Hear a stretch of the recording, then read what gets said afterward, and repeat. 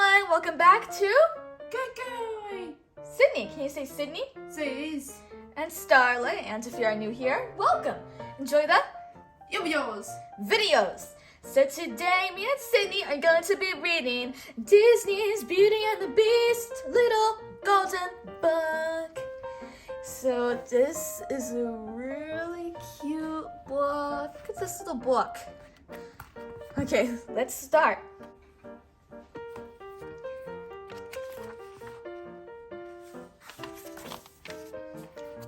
Once upon a time, there lived a young prince in a beautiful castle. Although he had everything his heart desired, the prince was spoiled and selfish. One winter's night, an old beggar woman asked the prince for shelter from the cold. In return, she offered him a... What does this say? Say again. Rose. What is? Is that a rose? Oh, yours. Rose. Repulsed by the old woman, the unkind prince turned her away. The woman warned him not to be deceived by It pays. appearances, since beauty is found Yeg. within.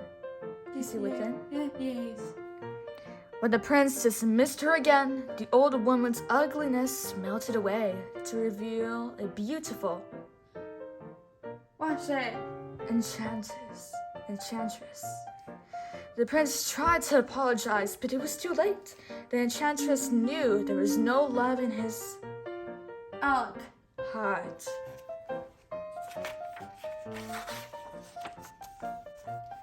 As punishment, the enchantress turned the prince into a hideous Beat. beast. Then she placed a spell on the castle and all who lived there. The rose she had offered him was an enchanted rose. It would bloom until the prince was 21. If he could learn to love and be loved in return before the last petal fell, then the spell would be broken. If not, he would remain a beast Wait, gag. forever. Ashamed of his monstrous form, the beast hid inside the castle. A magic mirror was his only window to the outside world. As the years passed, he fell into despair. Slowly, the rose began to wither. He did not believe anyone could ever love him. In a nearby village, there lived a beautiful young woman named Big. Belle. Belle, unlike the other girls in the village, cared only for her books. She always felt out of place. Belle loved to read about adventures and romance. Her father, Maurice, loved books too. Maurice was an inventor, a genius according to Belle, a crockpot according to the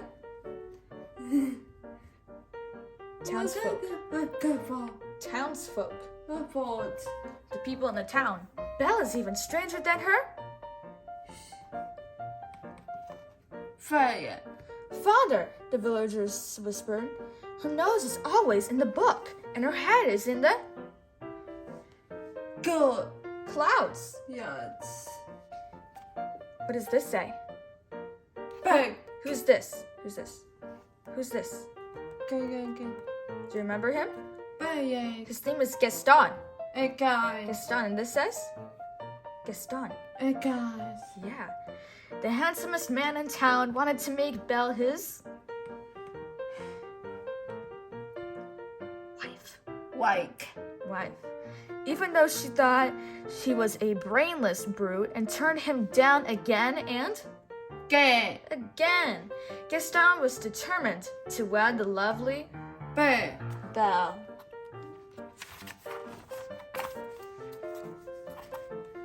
One cold day, Maurice hitched his horse, Philippe, to a wagon and set off to show his latest invention at a faraway fair. But Maurice read the map wrong and became lost in a Go. forest. As an icy wind whistled through the trees, he suddenly heard the. What does that say? The? Go. That's the. Ga. Belle is used a lot in stories. The howling of wolves. Philip bolted and Maurice fell to the ground trying to escape the wolves. The frightened man ran deeper and deeper into the woods. Oh no! He's lost! He's lost in the woods, Sydney. That's no good. He came to a castle and stumbled inside. There he was greeted by Mrs.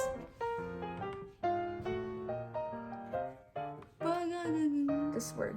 Potts. Mrs. Potts. Bats. That's Mrs. Potts. Bats. Cogsworth the clock, and Lemire the candelabrum, who had all been servants to the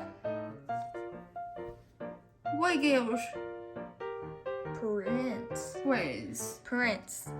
But before he had time to marvel over these strange creatures, an even stranger one appeared. The beast! When Maurice stared in horror, the beast howled angrily. Then he scooped Maurice up and carried him off to a dungeon. What's this? Dungeon. Meanwhile, Philip had made his way back home. Belle took one look at the riderless horse and knew something awful had happened to her father. Philip, take me to him, she cried. Leaping into the horse's saddle, without a pause, Philip thundered off towards the woods. When they reached the castle, Belle burst inside and searched frantically for her father. The enchanted objects led her to the dungeon, but just as she found Maurice, the beast appeared. Belle let out a terrified gasp at the sight of the hideous creature. She begged the beast to free her father. When he refused, she bravely offered to take Maurice's place. "No, Belle," Maurice cried, but the beast agreed to the exchange. Wow, Sydney. Before Belle could bid her father goodbye, the beast led her to her room. "The castle is now your home," he said gruffly. Belle was free to go wherever she liked, except the West Go away. Wing. Wink. West Wing. Wait. Yeah. "You would join me for dinner," the beast ordered. "It's not a request." Still, Belle refused, and the beast stomped off in anger. Anger. That night, Belle slipped out of her room and found her way to the forbidden West. What color? Wing. Wink. Think of like wings on a bird or something. West Wing. There she saw the enchanted rose by the window. When she reached out to touch it, the beast suddenly appeared on the balcony outside the window. Belle screamed and fled from the room. Her heart pounding. Her heart Out. What does this say? Go away. Pounding. This says pounding. Can you say pounding? Gate. Her heart Hunt. What game? pounding. Gate. Belle ran out of the castle, mounted Philip, and galloped off into the night. But a pack of wolves soon had them surrounded. Belle was helpless. Suddenly, the beast was there, throwing the wolves aside. Belle heard terrible snarling and howling as the beast and the wolves battled for their lives. At last, the wolves ran off into the woods, but the beast lay in the snow, badly injured. Back at the castle, Belle carefully attended to Beast's wounds. Gentle as she was, the beast roared in agony. "I barely touched you," Belle said. Then she saw the look of pain in his face. "I forgot to thank you for saving my life," she added softly. The beast only grunted in reply, but when Belle turned away, a hint of a smile appeared on his face. In the days that followed, the beast tried to be a proper host. He showed Belle his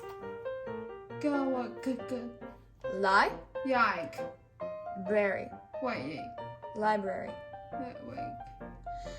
and she began to teach him how to act like a gentleman. Perhaps it isn't too late, Cogsworth whispered to Mrs. Potts and her son, Chip the teacup. If Belle could only love the beast, this dreadful spell might yet be Get awake. broken. Wicked. It says broken. Wicked. Bro? Get. Can you say bro? Yeah. Kin. Get. Broken. Wicked. Before long, Belle thought the beast as her dearest friend, and the beast thought of little but the beautiful Belle. One night, while she was teaching him to, Wicked. what does this say? Gayawa. D, Get. a, Egg. n, S. dance. Guess. Yeah. The beast asked, Belle, are you happy here? With me? Yes, she said without hesitation, but the beast saw a trace of sadness in her eyes. Then Belle added, if only I could see my father again, even for a minute. You can, the beast said. Handing her the magic mirror, Belle gazed into it and saw Maurice trudging through the forest.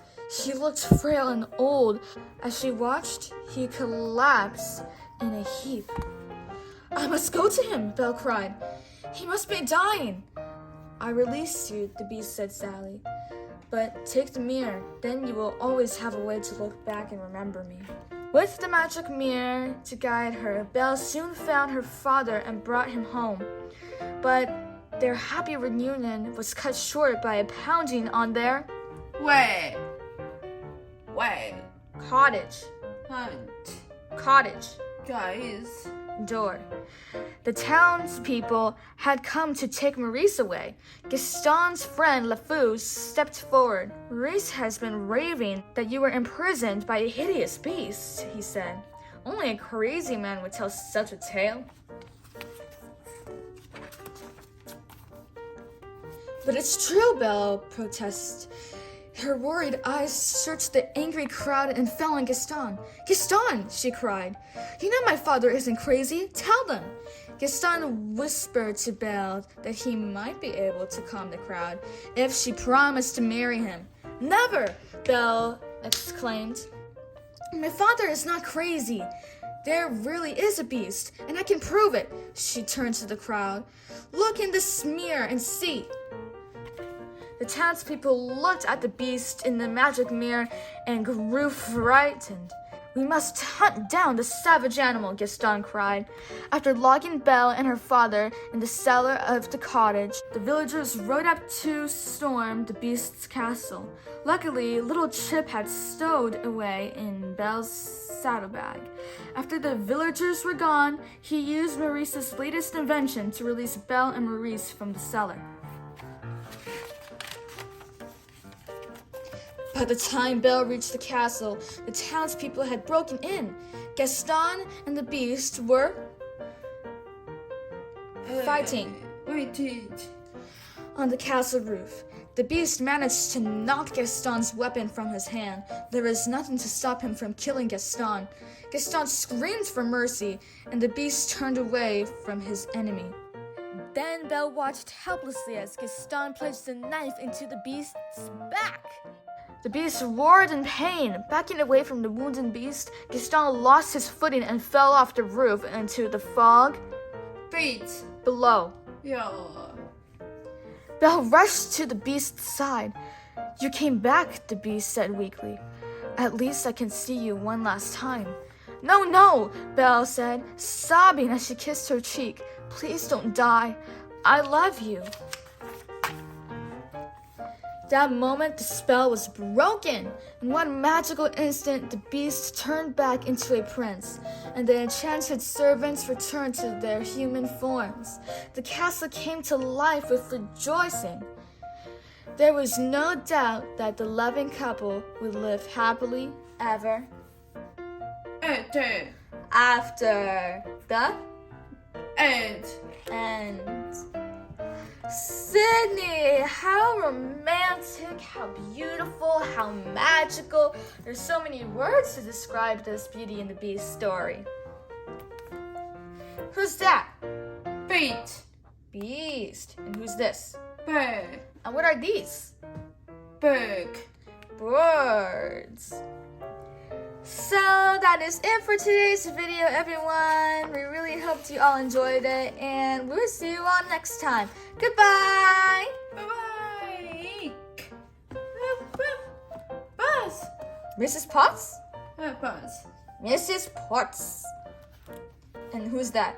Bucket. Lumiere. Yeah. Who's this? Yeah. Cogsworth. Cogsworth.